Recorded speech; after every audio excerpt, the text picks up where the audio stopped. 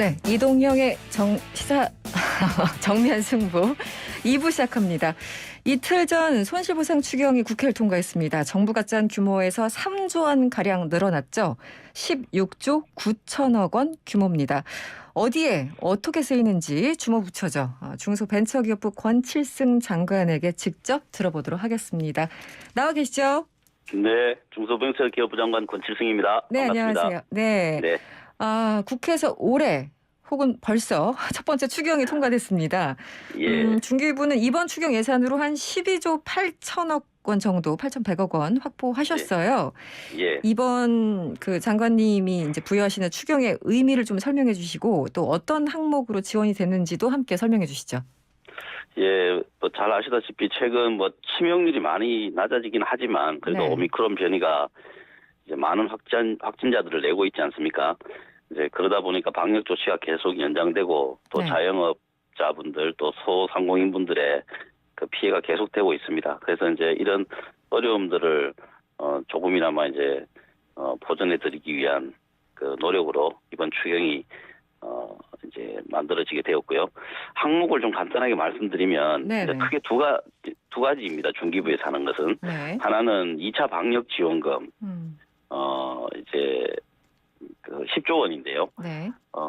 지난 12월에는 업체별로 100만 원씩 저희들이 지급을 해드렸습니다. 네. 이번에는 이제 대폭 확대해서 300만 원씩 네. 드리는 그 프로그램이 있고요. 또 하나는 손실보상을 이번에 2.8조 원 더 확대를 해서 올해 손실보상 예산이 6조 원으로 늘어났습니다. 네. 이렇게 늘어나게 된 이유에는 이제 대상이 좀 확대가 되고 네. 또 여러 가지 방식으로 좀 증액해서 손실보상을 해드리는 그 제도 개선이 있었기 때문입니다. 네.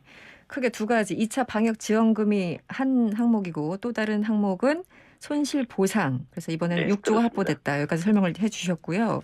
예, 예. 사실은 이제 정부는 한 14조 원 규모였잖아요. 예, 이번에 그렇습니다. 증액이 됐는데 소상공인 지원 부분을 조금 더 논의를 많이 했던 것 같아요. 국회에서요. 어떤 부분이 좀 구체적으로 증액됐습니까?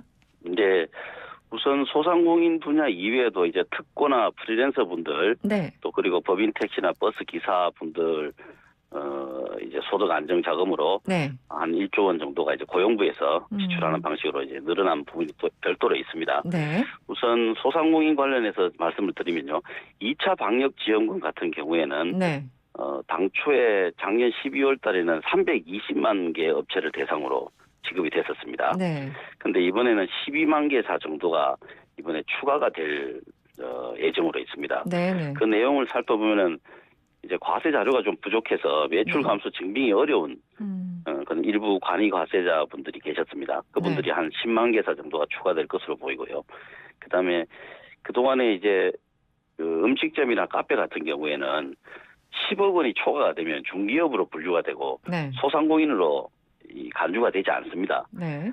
그러다 보니까 소상공인 여러 가지 지원책에서 제외가 되는 그런 사각지대가 있었는데요. 네. 이번에는 30억 원까지 사업체에 대해서는 저희들이 확대했군요. 확대해서 지급을 해드립니다. 300만 원씩. 네네. 그래서 거기에서 한 2만 개사 정도 추가될 예정으로 예상을 하고 있고요. 그다음에 손실보상 같은 경우에는 네. 그동안 세 가지 그 관점에서 이번에 좀 확대가 됩니다. 네. 첫째는 이제 보정률을 처음에 작년 3, 4분기 때는 보정률이 80%였습니다. 네. 그런데 이번에는 이제 40%로 상향해서 저희들이 드리고요. 그다음에 시설 인원 제한을 받았던 네. 업체들 작년 11월에서 12월 중순까지 식당이나 카페, PC방, 스터디 카페 이런 데들은 그때 우리가 일상회복 프로젝트를 하면서 영업시간 제한이 없었습니다. 네. 그래서 영업시간 제한이 없으면 이제 손실보상 대상이 아니었는데요. 네. 이번에도 그런 경우에도 이런저런 이제 시설 인원 제한이 있었기 때문에 시설 인원 제한 시설까지 다 포함을 하는 네. 이번에 이제 제도를 바꾸면서 소급해서 손실보상 대상으로 들어가게 되었습니다. 네. 그리고 또 하한액도 네. 분기별로 10만 원이었는데 이번에 50만 원으로 높이면서 아까 말씀드린 대로 2.8조 원 네. 손실보상 이제 그 추경에서 추가가 되게 되었습니다. 네. 그러니까 시설 인원 자체가 이제 준 거가 그 사업에는 어쨌든 마이너스가 되니까 그 부분을 다 감안을 하셨다는 그런 뜻이군요. 네. 네네. 그 이번 추경으로 확정된 방역 지원금이요. 아까 이제 방역 지원금 한 카테고리, 손실 보상금 한 카테고리 말씀을 주셨는데 네. 방역 지원금이 오늘부터 지급을 개시한 거 맞습니까? 네, 맞습니다. 네. 오늘 집행 현황을 조금 말씀을 드리겠습니다. 네. 예. 오늘 5시 기준으로요. 네. 신속 지급 대상인 홀수, 그러니까